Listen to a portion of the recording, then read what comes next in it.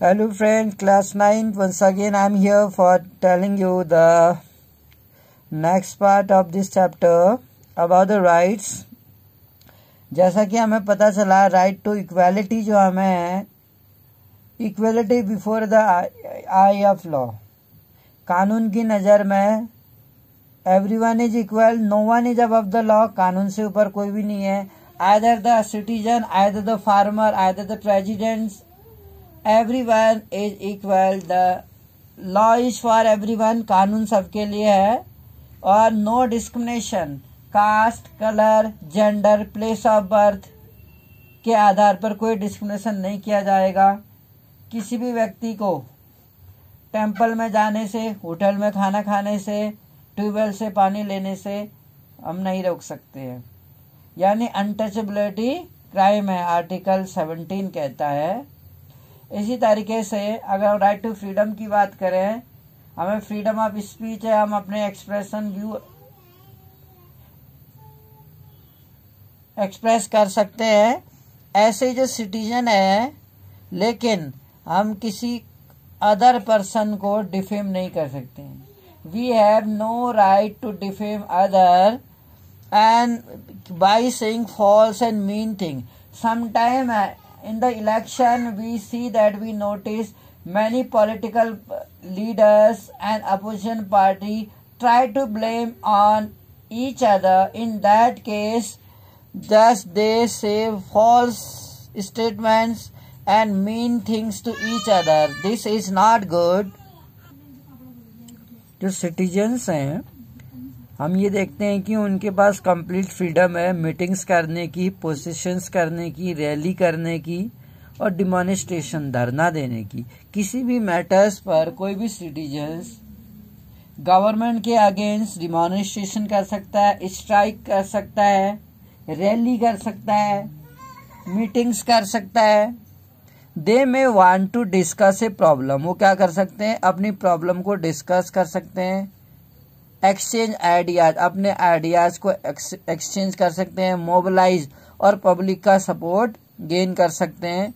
To cause और seek votes, vote को मांगने के लिए, कैंडिडेट के लिए या पार्टी के लिए. इलेक्शंस के टाइम पर जैसे हम देखते हैं जो पार्टीज होती हैं वो घर घर आती हैं और कैंडिडेट के लिए या पार्टीज के फेवर में वोट मांगती हैं.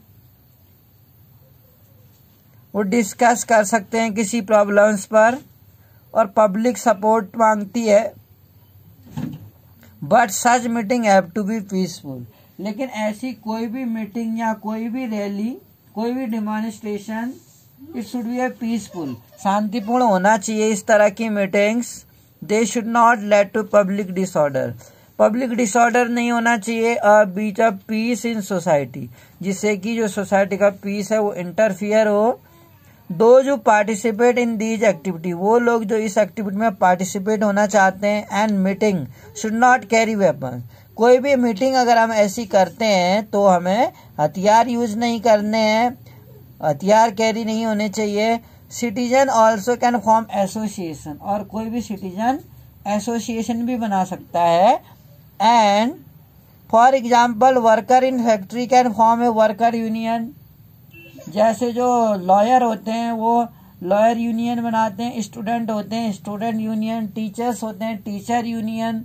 जो जिस डिपार्टमेंट में वर्क करता है वो अपने उसका संघ बना सकता है, उसको बनाने की आज़ादी है. जैसे हमने पोलैंड में देखा था, उनको जो काम करते थे फैक्ट्री में उनको ट्रेड यूनियन बनाने की आज़ादी नहीं थी. जहाँ का लेच वेलेसा था, आपको याद होगा, एक क्रेन ऑपरेटर जो लेडी थी उसे इनजस्टिसली वहां से निकाल दिया गया था, जिसके कारण वहां देश में स्ट्राइक हुआ और फाइनली कई तरह के राइट्स नहीं थे पोलैंड में, तो गवर्नमेंट पर प्रेशराइज करके अपनी मांगों को पूरा किया गया. Citizen can also make association भी बना सकते हैं, कोई भी संघ बना सकते हैं.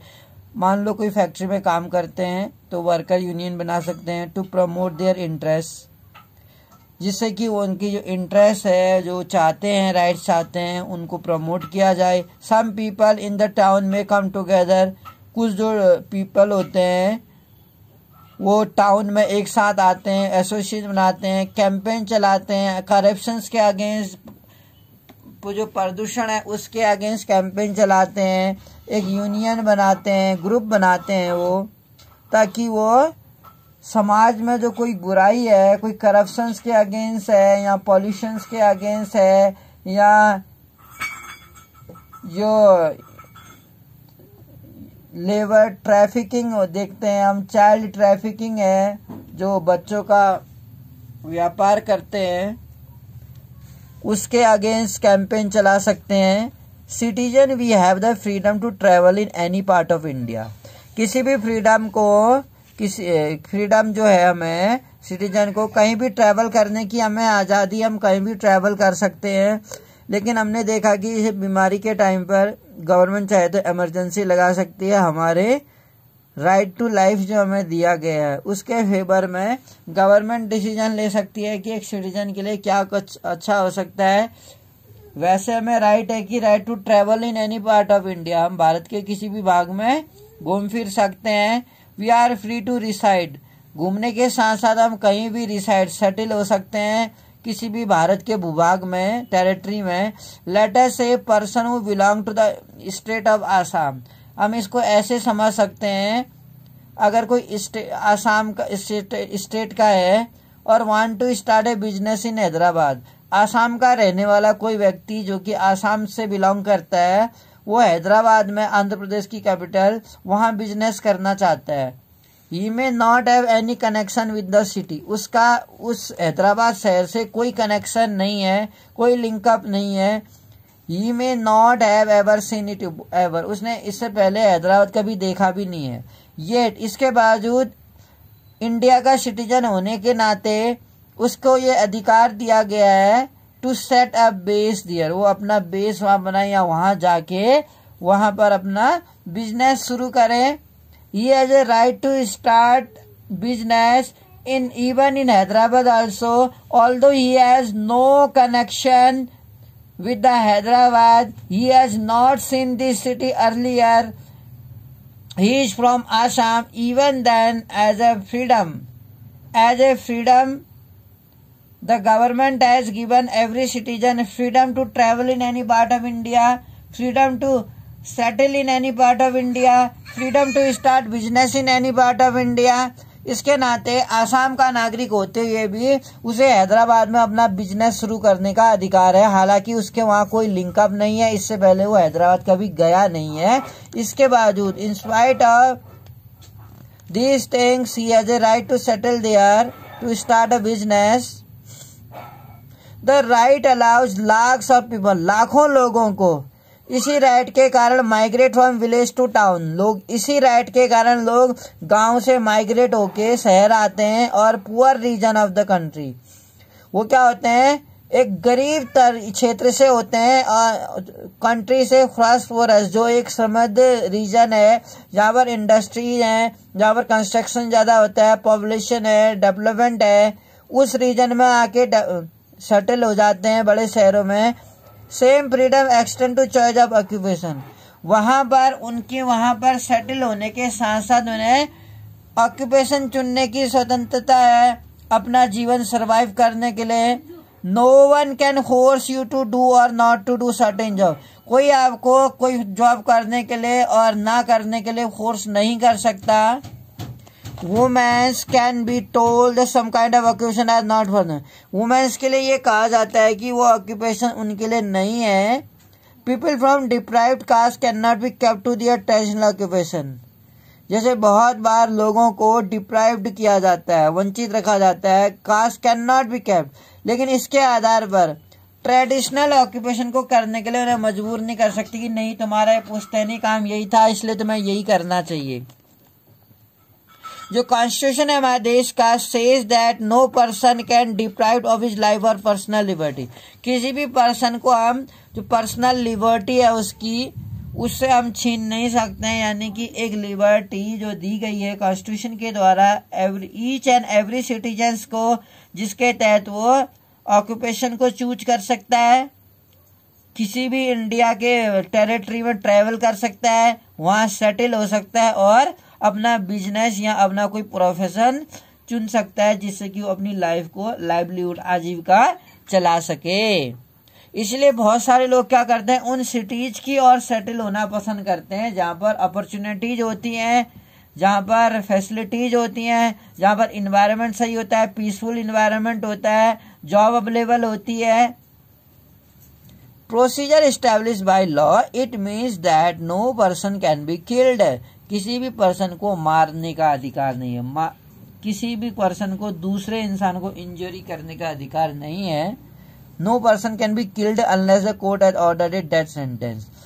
कोर्ट, सुप्रीम कोर्ट के पास अधिकार है कि वो किसी को फांसी की सजा दे सकता है। इसके अलावा कोई भी एक ऑर्डिनरी सिटीजन को दूसरे सिटीजन को मारने का अधिकार नहीं है। अगर कोई ऐसा करता है तो उसे डेफिनेटली जेल होगी।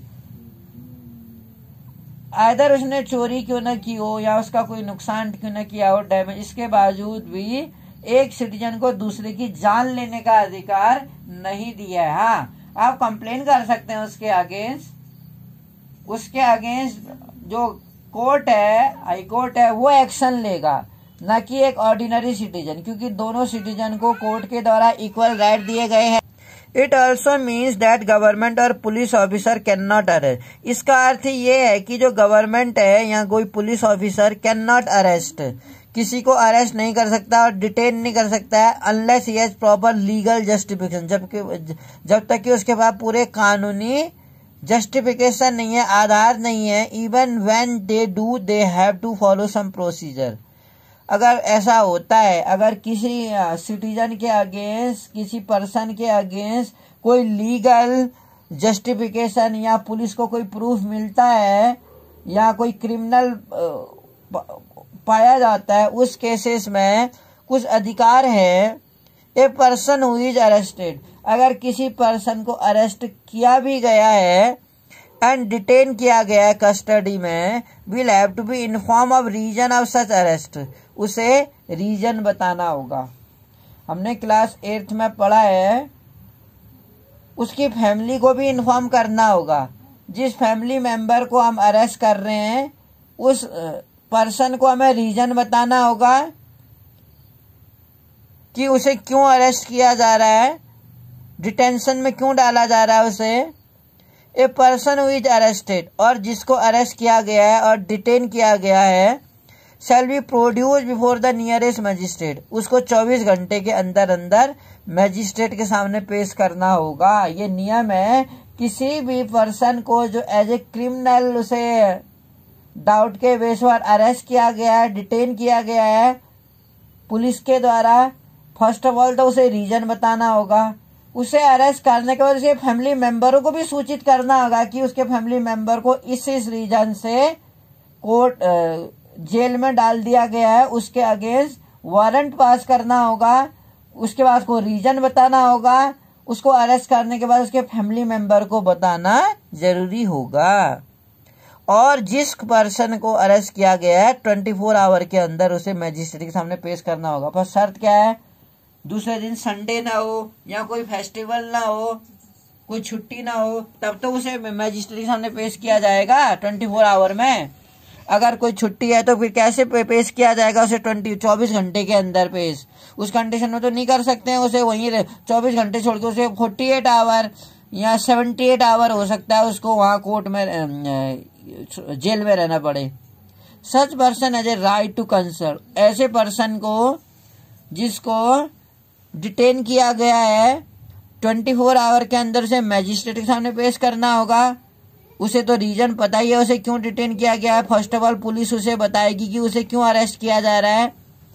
ऐसे पर्सन को अपने बचाव के लिए, जैसे हमने क्लास 8th में पढ़ा था, एक लेडी ने जिस पर एक एक्यूज लगा था कि उसने अपनी मालकिन का नेकलेस चुराया है, तो जबकि वो गरीब घर से थी, वो लॉयर अपॉइंट नहीं कर सकती थी, तो उसे कमला रॉय एक वकील थी जिसे गवर्नमेंट ने, कोर्ट ने अपने खर्चे पर उसके लिए बचाव पक्ष के लिए चुनाव लड़ा उसने। तो इसी प्रकार यहाँ भी किसी भी पर्सन को जिसको अरेस्ट किया गया है उसे अपना एक लॉयर अपॉइंट कर सकता है वो, अपने डिफेंस में, अपने बचाव के लिए। Let us recall the case of Guantanamo Bay and Kosovo, जो हमने देखा। विक्टिम इन बोथ, इसमें जो विक्टिम थे बोथ केसेस में, फेस ए थ्रेट, उन्होंने थ्रेट को फेस किया। कई सारी लिबर्टियां उन्हें नहीं दी थी, प्रोटेक्शंस नहीं था, इंडिविजुअल लाइफ, उनके अपने व्यक्तिगत लाइफ का कोई फ्रीडम नहीं था। राइट्स अगेंस्ट एक्सप्लोटेशन की अगर हम बात करें, शोषण के विरुद्ध अधिकार। Once the right to liberty, एक बार जैसे राइट टू लिबर्टी और इक्वलिटी दिया जाता है, ग्रांटेड, इट फॉलो दैट, ये फॉलो करता है कि एवरी जो सिटीजन है यहाँ पर, उनके पास ये राइट है नॉट टू बी एक्सप्लॉइटेड, उनका शोषण नहीं किया जाएगा। समानता है, हर व्यक्ति समान है, रिच या पुअर कोई नहीं है, कानून की नज़र में हर कोई समान है। और जहाँ उनको फ्रीडम दी गई है तो ये भी कहा गया है कि उनका शोषण नहीं किया जाएगा। कॉन्स्टिट्यूशन कहता है मेकर्स दो इट वाज नेसेसरी, ये बहुत नेसेसरी था, to write down certain clear provision, कुछ एक क्लियर प्रोविजन लिखने, टू प्रिवेंट, जिससे कि जो समाज के कमज़ोर वर्ग हैं, कमज़ोर लोग हैं, जो इकोनॉमिकली आर्थिक रूप से कमज़ोर हैं, जो कास्टिज्म में डोमिनेट किया जाता है अपर कास्ट के लोगों के द्वारा, उन लोगों को क्या किया जाए, बचाया जाए और उनके शोषण होने से उनको प्रिजर्व किया जाए। कॉन्स्टिट्यूशन मेंशन 3 स्पेसिफिक इविल जो डिक्लेयर करता है, इलीगल मानी गई है, जो 3 बुराइयां हैं उसको कॉन्स्टिट्यूशन ने इलीगल माना। पहला, प्रोहिबिट ट्रैफिक, जो मानव की तस्करी होती है, छोटे छोटे बच्चों को और महिलाओं को ले जाके बेच दिया जाता है। पुराने टाइम पर भी ह्यूमन ट्रैफिकिंग होती थी। ट्रैफिक ईयर मीन्स, ट्रैफिक का यहाँ अर्थ है सेलिंग और बाइंग, खरीदना और बेचना। आज की डेट में आर्टिकल 23 में किसी भी आदमी को ज़बरदस्ती काम पे रखना, उसको बेकार बिना वेजिस दिए उसे काम पे कराना, उसका एक्सप्लोटेशन करना, उसके वर्किंग आवर बढ़ाना इलीगल माना जाएगा। यानी कि किसी को हम उसके इच्छा के विरुद्ध काम पे नहीं रख सकते हैं, वो चाहे तो काम छोड़ के जा सकता है। सेलिंग एंड बाइंग हम देखते हैं, यूजुअली वुमेन इमोरल पर्पजेस के लिए उन्हें बेचा खरीदा जाता है। सेकंड, जो कॉन्स्टिट्यूशन है ऑल्सो प्रोहिबिट फोर्स लेबर और बेगार इन एनी फॉर्म, कह रहा है ये किसी भी पर लेबर को हम बेगार के लिए, बेगार मतलब बिना पैसा दिए उससे काम कराना, ये अलाउ नहीं किया जाएगा। बेगार एक ऐसी प्रैक्टिस है where worker is force to render service to master free of charge, जहाँ उसे अपने मालिक के यहाँ फ्री ऑफ कॉस्ट काम करना पड़ता है, नॉमिनल रिम्यूनरेशन में। When this practice take place on a lifelong basis, it is called the practice of bonded labor. जब ये लंबे समय तक ये प्रोसीजर चलती रहती है कि वो अपने मालिक के यहाँ काम कर रहा है, तो अक्सर हम देखते हैं ये कहा जाता है कि वो एक बंधुआ मजदूर है। जबकि आज की डेट में हम बंधुआ मजदूरी को अलाउड नहीं करते हैं कि बिना उसको वेजेस दिए लॉन्ग टाइम तक हम किसी से काम करा रहे हैं, ये अलाउड नहीं है हमारे इंडियन कॉन्स्टिट्यूशन में। राइट्स अगेंस्ट एक्सप्लोटेशंस की अगर हम बात करें, जो हमने देखा था इसमें, बेगार को क्या करता है, वो प्रोहिबिटेट करता है, मना करता है। फाइनली जो कॉन्स्टिट्यूशन कहता है प्रिवेंट एक्सप्लोटेशन भी, ट्रैफिकिंग में हमने देखा जो बेगार था इन एनी फॉर्म। फाइनली जो कॉन्स्टिट्यूशन कहता है 3 जो इविल्स हमने ट्रैफिकिंग देखा, human trafficking, no one can employ, इसमें हम देखते हैं बेगार एक प्रैक्टिस में, this practice take place on life long basis, it is called the practice of bonded labour. इसको बॉन्डेड लेबर कहा जाता है जब लंबे समय तक हम किसी को बिना वेजेस दिए काम पे करते हैं, बिना उस वर्कर्स से काम कराते हैं फ्रीली, फ्री ऑफ कॉस्ट जब हम उससे काम कराते हैं। फाइनली जो कॉन्स्टिट्यूशन कहता है ये चाइल्ड लेबर को भी प्रोहिबिट करता है, चाइल्ड लेबर भी अलाउड नहीं है, यानी कि बिलो द एज ऑफ 14 साल से कम उम्र के बच्चे को किसी भी होटल में, फैक्ट्री में, हैजार्डियस प्लेस में काम करना अलाउड नहीं है। नो वन कैन एम्प्लॉय, कोई भी 14 14 एज से कम उम्र के बच्चे को फैक्ट्री में, किसी माइंस में और हैजार्डियस खतरनाक जगहों पर वर्किंग करना, रेलवे में या पोर्ट्स में काम पे रखना अलाउड नहीं है। Using this as a basis many law जो हैं हैज बीन मेड, वो बनाए गए हैं to prohibit children from working in industry such as beedi making, जहाँ जैसे बीड़ी उद्योग है, जहाँ बीड़ी बनाई जाती है, फायर क्रैकर जहाँ पटाखे बनाए जाते हैं, मार्चिस बनाई जाती है, प्रिंटिंग और डाइंग रंगा जाता है, जहाँ पर इन जगहों पर हैजार्डियस प्लेस पर जहाँ रिस्की है, जहाँ उनकी जान को खतरा हो सकता है, वहाँ पर बिलो द एज ऑफ 14 किसी भी बॉय या गर्ल को काम पे रखना एक कानूनन अपराध माना गया है।